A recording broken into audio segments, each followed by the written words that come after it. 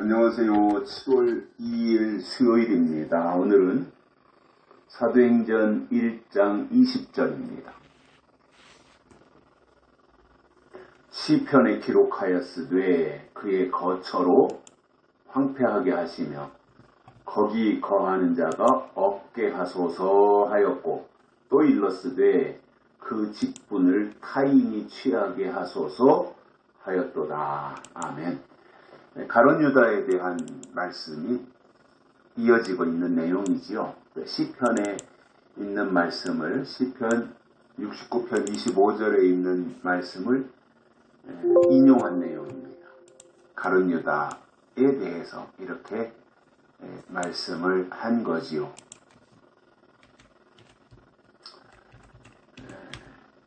그래서 누가는 이렇게 설명하는 거예요. 시편을 인용해가지고 그의 거처로 황폐하게 하시며, 가룟 유다가 살던, 또 가룟 유다와 함께 했던 그 거처가 있지 않겠어요? 생활 공간이죠. 뭐 요즘 말로 하면 집이라고 할 수 있고요. 그 어떤 지역, 동네라고도 할 수 있겠고요. 거기를 황폐하게 해야 된다라는 거예요. 그렇잖아요. 예수님을 은30에 팔아먹은 유다인데 그대로 존속시켜서는 안 되죠. 무슨 영웅 취급해도 안 되고요. 그건 가장 비참한 모습으로, 우리가 어제도 말씀을 들었다시피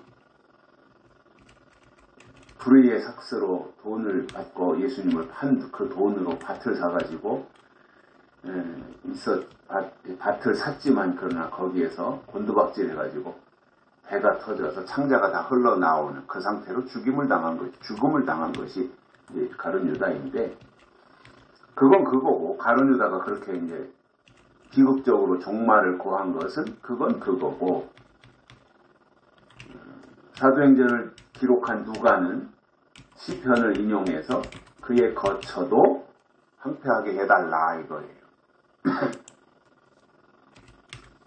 무슨 대단한 가문인 것처럼 그렇게 만들어서는 안 된다는 거죠. 그래서 황폐하게 해야 된다 뿐만 아니라 거기 거하는 자도 있어서는 안 된다는 거예요. 가룟 유다의 거처에 누군가가 후손이 됐든 자손이 됐든 거기에 거하는 자가 있으면 안 되는 거죠. 거하는 자가 없어야 된다는 겁니다. 그러니까 이게 비극의 어떤 종말, 비극적인 종말, 이것이 참으로 두고두고 회한이 되는 거죠. 회한이. 그리고 사람들이 왕래하면서 다 손가락질하지 않겠어요? 저기가 가룟 유다의 집이야. 예수님을 팔아먹은 가룟 유다의 집이야. 그리고 그 후손들이 저기서 살고 있어. 이렇게 손가락질 당하는, 참 가문이 그야말로 이렇게 위축되고 창피하고 부끄러움을 당하는 그 지경이 된 거지요. 그러니까 순간의 선택이 10년을 좌우한다고 하는 전자제품 선전 광고처럼 그야말로 가룟 유다의 순간의 착오가 예수님 십자가에 달려 죽으신 이후로 지금까지 2000년 넘게 이어져 오면서 가룟 유다, 예수님 팔아먹은 가룟 유다, 이게 참, 이런 망신이 어디 있어요? 이런 망신, 창피하고 수치스럽고 쥐구멍이라도 들어가고 싶고, 이게 참으로 좋은 가문이 되고 믿음의 가문이 되고 두고두고 그 가문이 사람들로부터 사랑을 받고 해야 되는 것이 정상인데, 가룟 유다는 그렇지 못했던 거지요.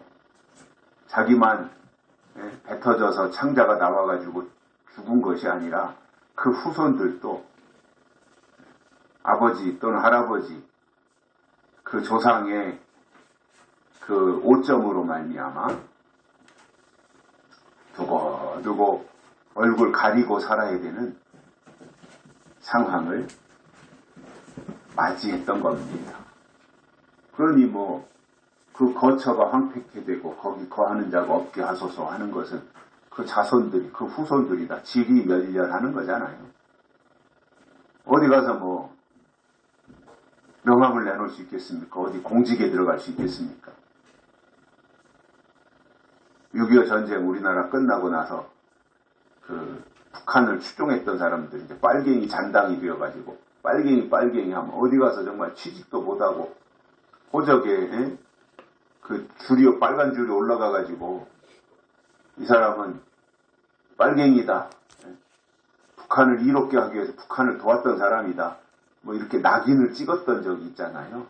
지금이야 그런 거 없지만.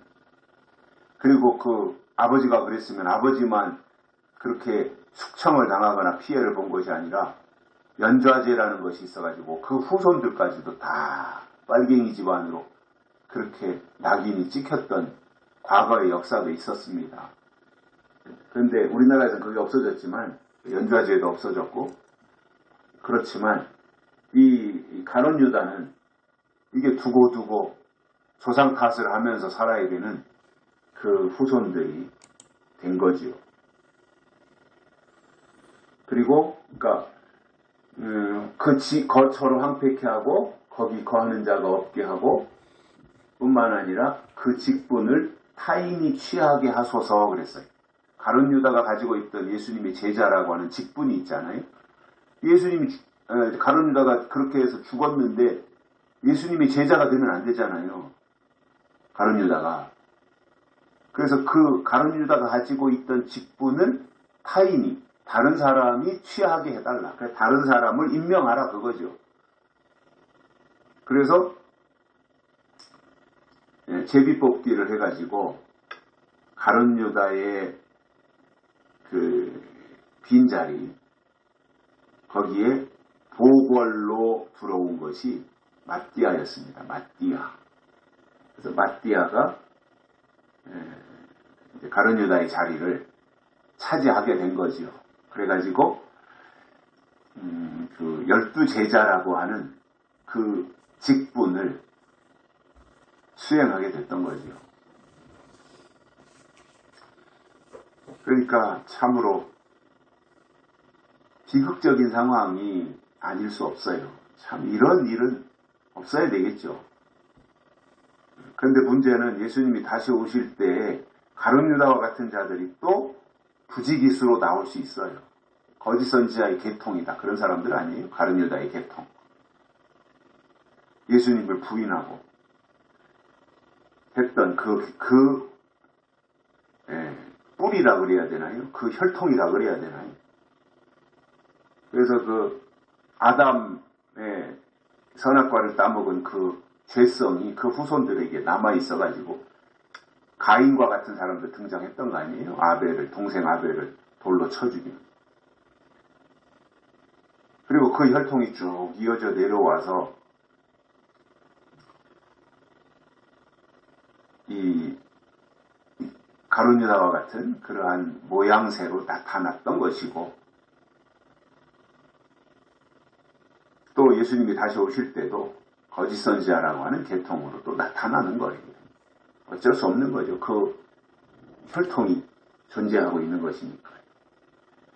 그러나 아무튼 누가는 사도행전을 기록하면서 오늘 본문에서 시편에 있는 말씀을 인용해서 가룟 유다를 완전히 지워버리는 그 일을 한 것입니다. 이런 비극적인 결과는 우리에게는 없기를 바라고요. 우리의 가문, 우리의 혈통, 우리의 후손들, 우리의 자손들이 다 하나님을 기쁘시게 해드리고 하나님을 영화롭게 해드리고 어떠한 불이익을 당하면서도 하나님의 사람으로 끝까지 살아가기를 간절히 소망합니다. 여기까지 하겠습니다. 고맙습니다.